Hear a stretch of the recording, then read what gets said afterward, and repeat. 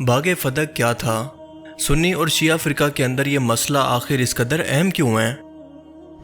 یہ باغ دراصل رسول اللہ صلی اللہ علیہ وآلہ وسلم کی وفات تک آپ کی ملکیت تھا، جو کہ غزوہ خیبر پر یہودیوں کی شکست کے بعد مال غنیمت کے طور پر آپ کے حصے میں آیا۔ بہت سے مسلمان آج بھی اس باغ سے متعلق انتہائی اہم ترین حقائق کو نہیں جانتے، اور آج کی اس ویڈیو کے اندر ہم سنی شیعہ تفریق سے ہٹ کر اس باغ کی اہمیت اور اسلامی حقائق کی روشنی کے اندر اس کی اہمیت کو جاننے کی کوشش کریں گے، اور یہ بھی جانیں گے کہ اس باغ کے ٹکڑے کا تنازع دو مسلمان فرقوں کے درمیان اس قدر کیسے بڑھ گیا۔ تو چلیے شروع کرتے ہیں۔ باغ فدق سعودی عرب کے شمال کے اندر خیبر کے مقام پر مدینہ سے 30 میل کے فاصلے پر واقع ہے، جس میں چشمے اور بہت سارے کھجوروں کے درخت آج بھی موجود ہیں۔ مسلمانوں کے دو بڑے گروہ سنی اور شیعہ اس کی ملکیت سے متعلق الگ الگ دلائل اور تاریخی حقائق رکھتے ہیں۔ اہل سنت کے مطابق یہ باغ اور اس کی زمین رسول اللہ کی ملکیت تو تھی، لیکن آپ کی وصیت کے مطابق کہ انبیاء کی کوئی وراثت نہیں ہوتی بلکہ وہ امت کے اندر تقسیم ہو جاتی ہے، کے مطابق یہ جائیداد مال غنیمت کے اندر چلی گئی۔ جبکہ اہل تشیع فرقہ کے مطابق رسول اللہ صلی اللہ علیہ وآلہ وسلم کی اپنی بیٹی جنتی عورتوں کی سردار بی بی فاطمہ باغ فدق کے حق کے لیے حضرت ابو بکر صدیق کے پاس بھی گئیں، ان سے اپنا وراثت کا حق بھی مانگا، لیکن ان کو انکار کر دیا گیا کہ یہ رسول اللہ صلی اللہ علیہ وآلہ وسلم کے حکم کے مطابق مسلمانوں کی ملکیت ہے۔ جس وقت آپ صلی اللہ علیہ وآلہ وسلم نے اعلان نبوت کیا، اس وقت سے لے کر آپ کا تمام وقت بزنس کو چھوڑ کر دعوت و تبلیغ پر خرچ ہونے لگا۔ جب تک آپ مکہ کے اندر موجود رہے، آپ صلی اللہ علیہ وآلہ وسلم اور حضرت ختیجہ کے پاس جو کچھ بھی تھا اسی پر گزارا ہوتا رہا، یہاں تک کہ مدینہ کی طرف ہجرت کا وقت آ گیا اور آپ صلی اللہ علیہ وآلہ وسلم مدینہ نکلے تو بے سر و سامانی کی حالت میں تھے، اور مدینہ کے اندر بھی شروع کے کچھ سال انتہائی تنگ دستی کے اندر گزرے۔ لیکن غزوہ خندق کے بعد جب کفار مکہ کی طاقت ٹوٹ گئی اور جنگوں کے اندر فتح ہونا شروع ہوئی اور مال غنیمت مسلمانوں کے ہاتھ لگا، تو اس کے بعد سورہ الانفال کے اندر اللہ کا حکم نازل ہوا کہ جنگوں کے اندر حاصل ہونے والا مال غنیمت کا 5واں حصہ آپ صلی اللہ علیہ وآلہ وسلم اور آپ کی ملکیت ہوگا، اور آپ اگر چاہیں تو اس کو اپنے گھر والوں اور اپنی ضروریات پر خرچ کر سکتے ہیں، جبکہ باقی بچا مال مسکینوں، یتیموں اور مسافروں پر خرچ کریں۔ مئی 629 عیسوی کے اندر جب یہودی قبیلہ بنو نذیر کو شکست ہوئی تو یہ جنگ خیبر کے بعد اپنی مدینہ کی جائیدادیں چھوڑ کر شہر میں چلے گئے۔ اس کے بعد سورہ الحشر کی آیات 6 اور 7 کے اندر اللہ نے فرمایا، جس کا مفہوم ہے کہ جو مال تمہیں خیبر کے اندر بنا لڑے عطا کیا گیا، یہ اللہ اور اس کے رسول، ان کے رشتہ داروں، یتیموں اور مسافروں کے لیے ہے، تاکہ یہ مال صرف دولت مند لوگوں کے ہاتھوں کے اندر ہی نہ گھومتا رہے۔ اسی قرآنی آیات کو اہل تشیع فرقہ ریفرنس کے طور پر پیش کرتا ہے کہ اللہ تعالیٰ نے خاص طور پر اس مال کو، جو کہ حکومت کے رعب کی وجہ سے بنا کسی جنگ کے حاصل ہوا، اسے مال غنیمت سے الگ کر کے حکم دیا کہ یہ اللہ اور اس کے رسول اور اس کے رشتہ داروں کی اتنا ملکیت ہے جتنا اللہ کے رسول ان کو دینا چاہیں۔ لہٰذا بنو نذیر کے چھوڑے ہوئے زرخیز صحرا، جسے نخلستان یا اویسس کہتے ہیں، خیبر کی کچھ اراضی اور فدق میں سے کچھ اراضی آپ صلی اللہ علیہ وآلہ وسلم نے اپنے لیے رکھ لی، جس کی آمدنی سے آپ صلی اللہ علیہ وآلہ وسلم اپنی اور اپنے خاندان کی ضروریات پوری کیا کرتے تھے، اور اس کے بعد بھی اگر کچھ بچ جاتا تو اسے اللہ کی راہ کے اندر خرچ کر دیتے۔ اہل سنت کا یہ ماننا ہے کہ یہ مال بے شک اللہ کی طرف سے آپ صلی اللہ علیہ وآلہ وسلم کو عطا کیا گیا تھا، لیکن اس وقت تک جب تک کہ آپ زندہ ہیں اور اس دعوت و تبلیغ کا کام کر رہے ہیں۔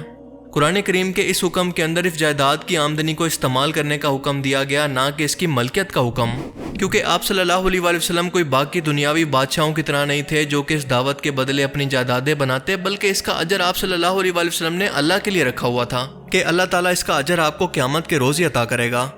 اس جائیداد کی وہ حیثیت نہیں تھی کہ یہ آپ کے گھر والوں کے اندر وراثت کے طور پر تقسیم ہوتی،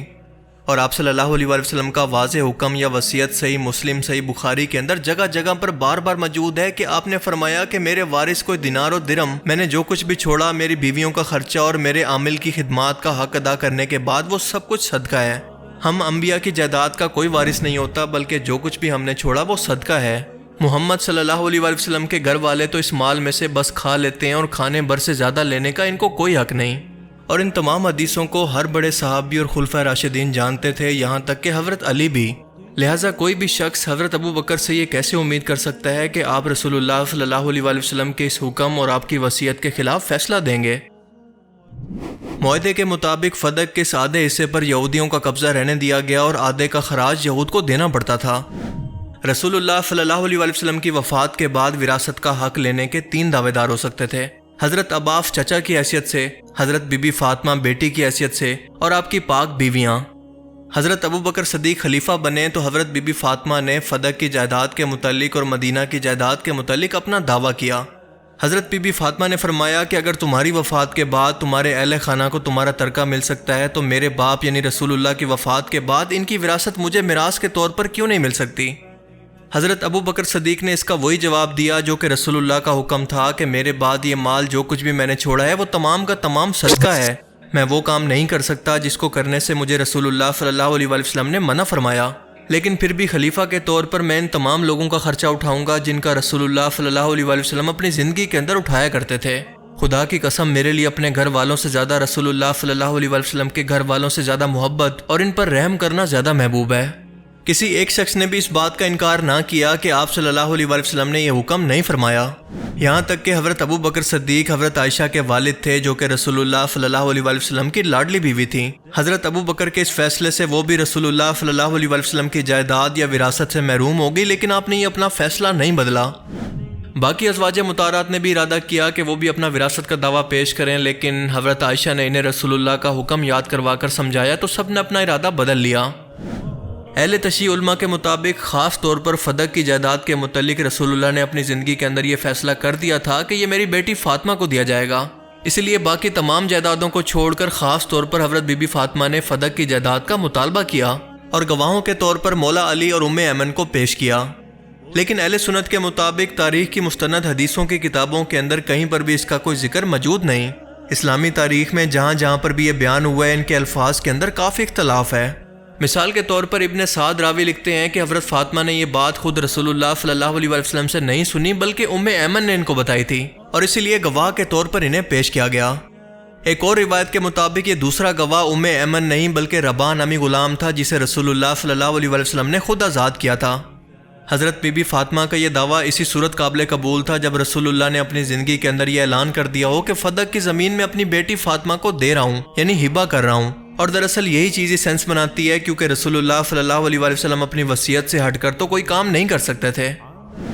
اہل تشیع کے موقف کے مطابق حضرت بی بی فاطمہ حضرت ابو بکر سے ناراض ہو گئیں اور اپنی وفات تک ان سے کلام نہیں کیا، یہاں تک کہ ان کی وفات کے بعد بھی ان کی وصیت کے مطابق آدھی رات کو جنازہ پڑھایا گیا جس کے بارے میں حضرت ابو بکر کو خبر تک نہ کی گئی، جبکہ دوسری طرف اہل سنت کے دعویٰ کے مطابق حضرت بی بی فاطمہ حضرت ابو بکر سے ناراض نہیں تھی بلکہ ان کی آپس میں صلح ہو گئی تھی۔ 2.5 سال کے بعد حضرت ابو بکر کی وفات کو اور حضرت عمر کی خلافت کو جب 2 سال گزر گئے تو یہ مسئلہ دوبارہ اٹھایا گیا۔ حضرت عمر کے دور کے اندر یہودیوں کو خیبر سے نکالا گیا تو فدق کے یہودیوں کو بھی شام بھیج دیا گیا۔